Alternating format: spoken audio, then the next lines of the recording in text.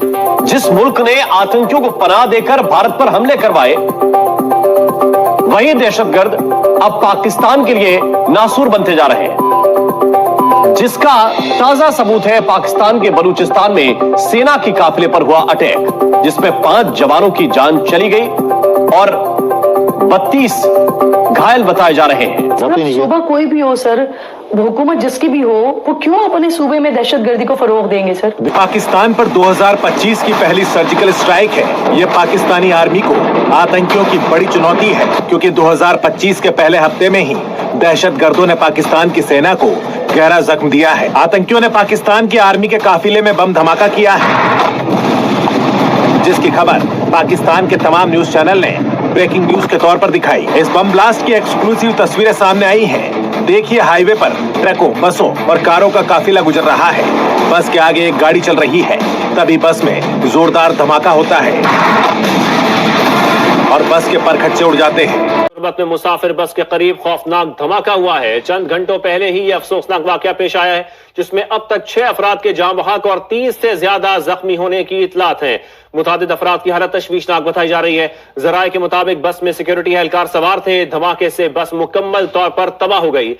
देखिए, ये बहुत बड़ा चैलेंज है पाकिस्तान के लिए। आपने कुछ जैसे बताया कि 2024 में जो दहशतगर्दी के वाकयात हुए हैं, ये 2014 के बाद एक बदतरीन साल रहा है पाकिस्तान में। अगर आप सिक्योरिटी की बात करें, दहशतगर्दी के कोई 444 वाकयात हुए, फिर उसमें दर्जनों के करीब सिक्योरिटी फोर्सेज और आम जो पाकिस्तानी शहरी हैं वो भी उसमें शहीद हुए हैं। तो ये पाकिस्तान के लिए एक बहुत बड़ा चैलेंज है।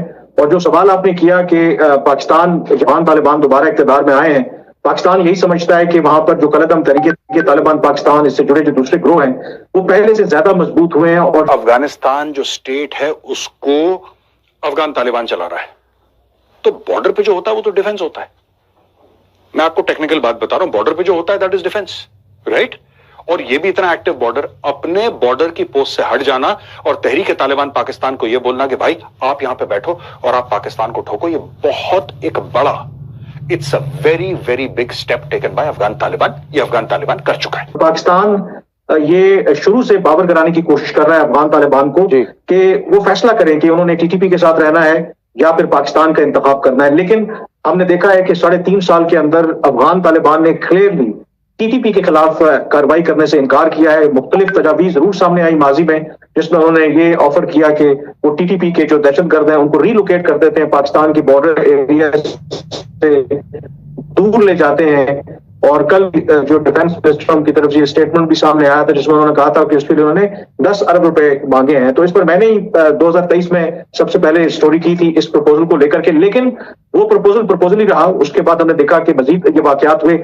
अब जो पाकिस्तान, जो पिछले हफ्ते हमने देखा कि टेंशन अरूज पर गई, एक दफा फिर जरूर कोशिश हो रही है बॉर्डर पे जो भी टेंशन बढ़ी, जो मेरी मालूमात है behind the scene back channel diplomacy के पसे पर्दा जो एफर्ट्स हैं वो जारी हैं। उसको लीड कर रहे हैं पाकिस्तान के जो स्पेशल एनवॉय ऑन अफगानिस्तान। और पाकिस्तान को किसी हद तक कुछ ना कुछ तवक्को है कि दोनों मुल्कों में कम से कम जो राब्ते हों और कोई उसका हल निकाला जाए। जय हिंद दोस्तों, पाकिस्तान में नए साल की शुरुआत में ही पाकिस्तान पर बहुत बड़ा हमला हुआ है। अभी तालिबान के मार से उबरा भी नहीं था पाकिस्तान कि बीएलए के धमाकों ने पूरे पाकिस्तान को दहला दिया है। दरअसल पाकिस्तान के एक बस में बहुत बड़ा धमाका हुआ, जिसमें 6 लोगों की मौत हुई, 30 से 32 लोग घायल हुए हैं। इसमें पाक आर्मी के जवान भी शामिल थे। इस धमाके के बाद पाकिस्तान में खौफ का मंजर छाया हुआ है। तो आइए आगे देखते हैं पाकिस्तानी मीडिया का कैसा रिएक्शन है। तो वीडियो को शेयर कर दें, लाइक कर दें और सब्सक्राइब करना ना भूलें। पाकिस्तान के अंदर 20-30 किलोमीटर की फायरिंग अफगान तालिबान कर सकता है। अच्छा दोस्तों, ये तो हो गया पूरा खेल। यहाँ पे जो पूरी बिसात है ये लगी पड़ी है ना, यहाँ पे किस तरीके से कौन क्या कर रहा है। ये पोस्टों पे आ गए हैं, वो फायरिंग कर रहे हैं, कैप्चर करने का कि हम तुम्हारा इलाका कैप्चर कर लेंगे। ये सब ग्रेटर पश्तूनिस्तान के जो हवाले से मैंने बात बताई थी वो भी आपको याद होगी, तो उस चीज को मैं रिपीट नहीं करूंगा। लेकिन एक और बात है जो आपको जानने की जरूरत है कि माजी में तो हम कहते थे कि अफगान तालिबान और तहरीक तालिबान पाकिस्तान 2 अलग अलग ग्रुप हैं, लेकिन ये दोनों एक ही हैं। नजरियाती तौर पर भी आपस में ये अलाइंड है। तो सबसे बड़ा चैलेंज है ये जो बिहाइंड द सीन मीटिंग्स होती हैं। अभी भी जब एम्बेसडर मोहम्मद सादिक गए थे काबुल, तो वहां पर जब ये मामला उठाया गया तो अफगान तालिबान की जो क़यादत है वो अपनी मजबूरी भी जाहिर करती है और उन्होंने कस्में भी उठाई हैं कि देखें टीटीपी भले यहाँ पर मौजूद है लेकिन हम उनको इनकरेज नहीं करते वो पाकिस्तान के खिलाफ जाकर के कार्रवाई करें। लेकिन जो पाकिस्तानी हुकाम है जब उन्हें कन्फ्रंट किया कि चले आपकी ये बात हम मान भी लें, लेकिन वो असला जो अमरीकी छोड़ करके गए थे जो अफगान तालिबान के पास था वो टीटीपी के पास कैसे पहुंचा, तो उस पर उनके पास जवाब नहीं है।